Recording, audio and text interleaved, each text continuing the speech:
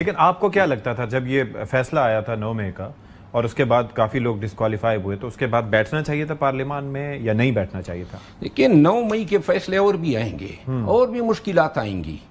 مشکلات تو شاید ابھی تو ان کا اختتام نہیں ہوگا. مسئلہ جو سب سے اہم ہے کہ مشکلات کے آگے پارٹی یک کے بعد دیگر ڈیر ہوتی جا رہی ہے. مشکلات کا مقابلہ کرنا ہے. آپ ڈسکوالیفائی بھی ہوں گے، آپ جیلوں میں بھی جائیں گے، آپ کو سزائیں بھی ہوں گی. ہتھیار تو نہیں ڈالنے ہیں نا.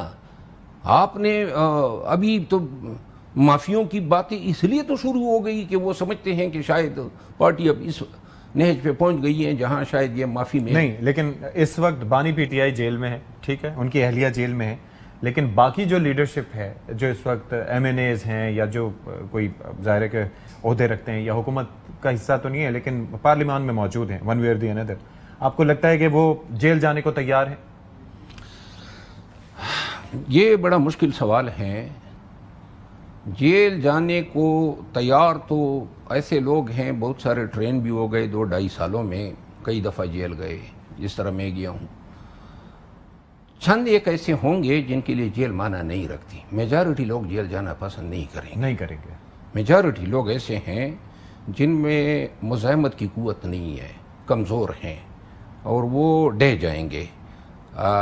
البتہ پارٹی کا جو ورکر ہے، پارٹی کا جو مین فورس ہے، وہ بالکل انتہائی مستحکم ہے. مصیبت یہ ہے کہ پارٹی خود ڈس آرگنائزڈ ہیں، تو ورکر کے ساتھ وہ کنیکشن نہیں ہے، احتجاج کے لیے وہ کوارڈینیشن نہیں ہے، لوگوں کو نکالنا، موٹیویٹ کرنا، موبلائزیشن، ان چیزوں پہ ان کی توجہ ہی نہیں ہے. تو اس وجہ سے پارٹی جو ہے کمزور حیثیت اختیار کر گئی. اچھا، مختلف احتجاجوں کی اگر بات کر لیں، 26 نومبر کا ہو یا اس کے بعد کی ابھی ریسنٹ ہسٹری میں جو لیڈرشپ کا نہ نکل پانا ایک اپنی جگہ، سینٹ الیکشنز میں جس طریقے سے 6-5 کا فارمولا وہ اپنی جگہ، تو اس سے جس طریقے سے وہ کہتے ہیں نا کہ حق مارا جانا جو خرم ذیشان جیسے لوگوں کا یا باقی لوگوں کا، اس سے کتنا امپیکٹ پڑتا ہے کارکنان پہ کہ جو لوگ نکال سکتے ہیں لوگوں کو، ورکرز کو موٹیویٹ کر سکتے ہیں، ان کا بھی حق اگر مارا جا رہا ہے یا لیڈرشپ نظر نہیں آ رہی ہے تو اس سے کتنا بددل ہوتا ہے کارکن؟ بہت زیادہ حوصلے ٹوٹتے ہیں لوگوں کے. خرم ذیشان جیسے لوگ، عرفان سلیم جیسے لوگ، یا ایک افریدی صاحب، فیض افریدی، یہ ان لوگوں کا حق مارا جانا، پیسے والوں کو ٹکٹ دینا، نہ کہ صرف یہ حق مارا جاتا ہے بلکہ وہ لوگ جو یوتھ میں، آئی ایس ایف میں، آئی ایل ایف میں 9 مئی کے بعد نکلے تھے، جنہوں نے ورکر کے کیس لڑے، جو محاذ پہ ڈٹے ہوئے تھے، ان سب کو تو انہوں نے ہٹا دیا ہے.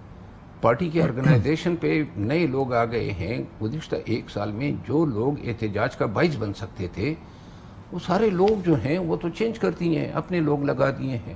تو لہٰذا نکالنے والے کون ہیں وہ تو اب رہے ہی نہیں. ابھی 5 اگست کا احتجاج تھا، حیرت کی بات یہ تھی کوئی کوارڈینیشن کمیٹی نہیں تھی، کسی نے ایک بھی موٹیویشن سپیچ نہیں دی، کہیں پر جلسہ نہیں کیا گیا کہ 5 اگست کو نکلنا ہے.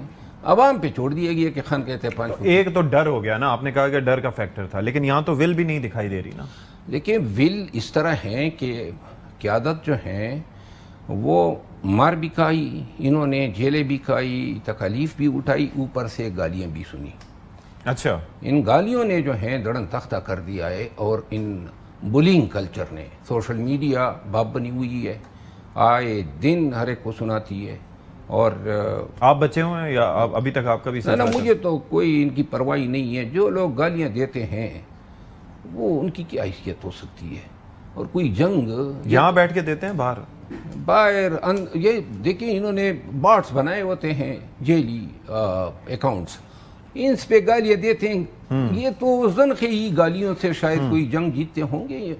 کوئی جنگ گالیوں سے جیتی جاتی ہے؟ فوج کو گالیاں دیں، جرنیلوں کو گالیاں دو، عدالتوں کو دو، قصر ہم سے پوری ہوتی ہے. رانا ثناء اللہ صاحب نے اس بریگیڈ سے متعلق کچھ کہا تھا، وہ ذرا سنوا دیتے ہیں آپ کو. ان کا جو گالی گلوچ بریگیڈ ہے وہ تو ان کی وہ کلاس لیتا ہے کہ یہ بڑے خوفزدہ ہیں. دیکھیں، ان میں سے کچھ اچھے لوگ جو کہ ماڈریٹ ہیں، جو کہ سیاسی سوچ رکھتے ہیں، جو کہ ان معاملات کو چاہتے ہیں کہ یہ کوئی بہتری کی طرف آئیں اور یہ ڈیڈ لاک سے جو ہے وہ باہر نکلیں، وہ کہتے ہیں کہ جی ہم تو تیار ہیں، ہم سمجھتے ہیں کہ بیٹھ کے بات کرنے کرنے کے علاوہ ان چیزوں کا کوئی حل نہیں ہے، لیکن وہ کہتے ہیں کہ ہمیں اجازت نہیں ہے. جو آدمی یہ بات کرتا ہے اس کی ملاقات بند ہو جاتی ہے، اس کے پیچھے جو ہے وہ سوشل میڈیا پڑ جاتا ہے.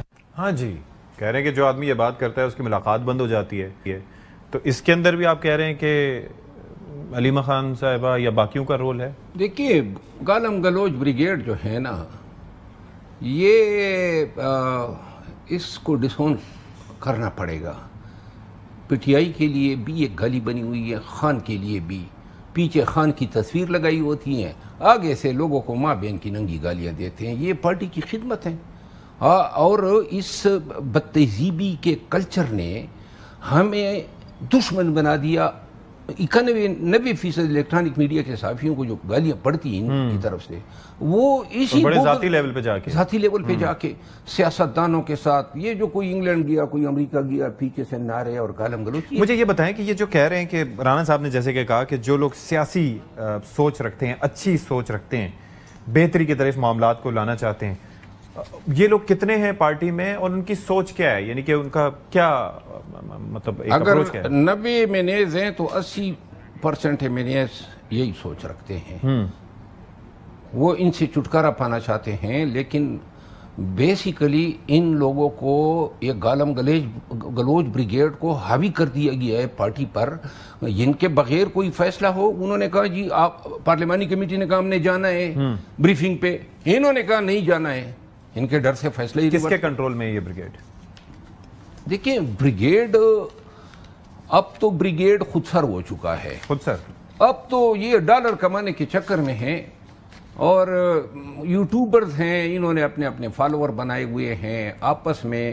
میں آپ کو میرے لیے ایک کمپین بن رہی تھی کہ اس کو گالیاں دینی ہے، تو ایک صحافی نے کہا کہ میرے اکاؤنٹ سے آپ اندر جائیں، تو میں گیا. وہاں پہ 2-3 لوگ ہیں جو پی ٹی آئی کے سوشل میڈیا ٹیم چلاتے ہیں. وہ آگے سے ٹاسک دیتے تھے کہ 10 لوگ جو ہیں یہ میسج دیں گے، 10 لوگ یہ گالی دیں گے. یہ آرگنائز طریقے سے، میں خود ان میں سن رہا تھا، تو یہ بڑے آرگنائز طریقے سے زیادہ سے زیادہ فی شخص 50 لوگ لگا دیتے ہیں، اور وہ 50 لوگ جو ہیں آپ کے پیچھے لگے رہتے ہیں اور آپ کو گالیاں بھی دیتے ہیں.